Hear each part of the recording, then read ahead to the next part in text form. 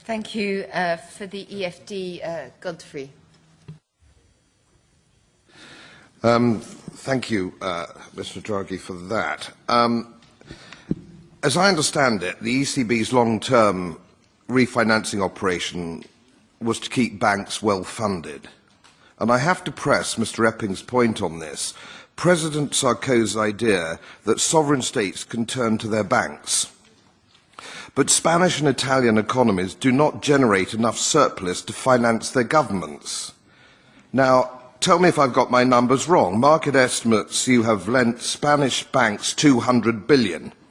Government bond purchase, debt repayment and withdrawal from deposits, as I understand it, runs at about 65 billion. This leaves 21 billion, which is less than half of what Spain needs to borrow this year. The Italian government needs 150 billion euros of bonds to get away this year. So it is inconceivable to me that you will not have to issue another round of loans again this year. And you mentioned timing. You say you've bought time. Well, you haven't really bought you've bought hours, maybe days, but not much more. So this brings into the question, does it not, the spirit of the Maastricht Treaty, which has been kicked into the long grass? And may I also draw your attention to your own charter, Article 104. And I would suggest that the way the ECB is behaving is not only against the spirit of Maastricht, but significantly against Article 104 of your own treaty. So when you talk about trust in the central bank, I spent 35 years in the city, and I can tell you I have never trusted central banks, the Bank of England, the Fed, or the ECB. Don't take it personally, but I don't trust you 1 inch.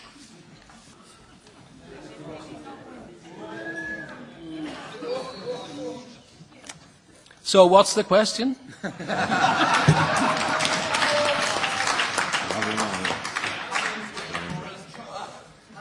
Your own charter.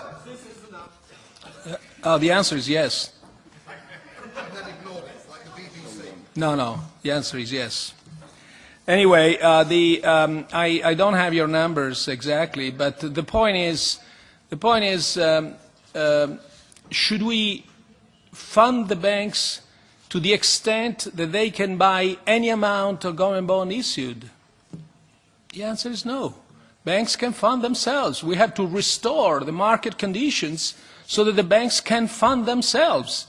That's the main purpose of our operations. It's not give money around so the banks can circumvent Article 123.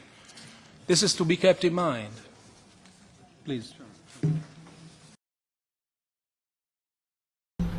Never let a crisis go to waste. A major crisis like this, there can only be two answers. That's the breakup of the euro or a centralised super state, which is of course what Barroso was saying on Wednesday and got the stick from Nigel quite rightly for so saying. Mario Draghi, the President of the European Central Bank, the other day said that he was prepared to buy limitless amounts of other countries' debts. In other words, Italy, Spain, Portugal, the pigs. Presumably, he's going to do this either by taking it away from Germany, which could be difficult, or he's going to turn the handle. Is that the case? He will certainly turn the handle. There is nowhere else to go. You'll see massive quantitative easing, money printing, call it whatever you like, massive. And I was in committee the other day with Draghi, Olli Rehn, who's the commissioner, and the senior representative from the IMF. It was in camera. No, it wasn't. This one wasn't in camera. You'll find it on my website. You'll find it. My question is on the website, if you look for it there. And I said to Mr. Draghi, who had just worked out his bailout to Spain, and I said, look, I've done the numbers here. It's quite clear that this hasn't gone away. All you've done is bought a few weeks. And he said, I nearly got thrown out of this one as well. He said, you just have to trust me.